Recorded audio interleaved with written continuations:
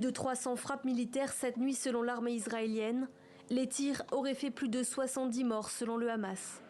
Les bombardements sur la bande de Gaza se poursuivent et avec eux la catastrophe humanitaire.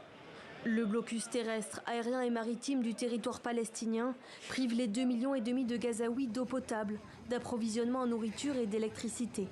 Dans cet hôpital de Gaza, les médecins préviennent, les bébés prématurés qui nécessitent une aide respiratoire sont en danger.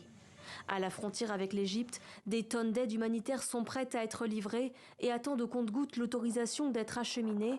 Un feu vert donné pour la première fois ce week-end, 2 convois d'une vingtaine de camions ont pu traverser Rafah. À Khan Younes ce matin, les premiers cartons sont triés. Il s'agit principalement de fournitures médicales pour les hôpitaux, ainsi que d'une petite quantité de nourriture que nous avions reçue. Nous allons travailler avec le Croissant Rouge palestinien pour commencer à distribuer instantanément l'aide à ceux qui en ont besoin. Un 3e convoi aurait passé la frontière ce lundi selon le Croissant Rouge égyptien, mais l'ONU réclame au minimum 100 camions par jour.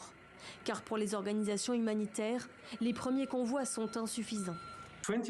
20 camions, en réalité, c'est quasiment rien. C'est une goutte d'eau dans l'océan. Et le seul point positif, c'est que la frontière a été ouverte pendant un très bref laps de temps. Mais à part ça, l'aide qui est arrivée est insuffisante. Je suis désolé de le dire, mais ça ne représente quasiment rien par rapport à tout ce dont on a besoin. Même constat pour le chef de la diplomatie de l'Union européenne, l'aide à Gaza doit être intensifiée. Les 27 États membres doivent aborder ce lundi au Luxembourg la question d'un cessez-le-feu humanitaire.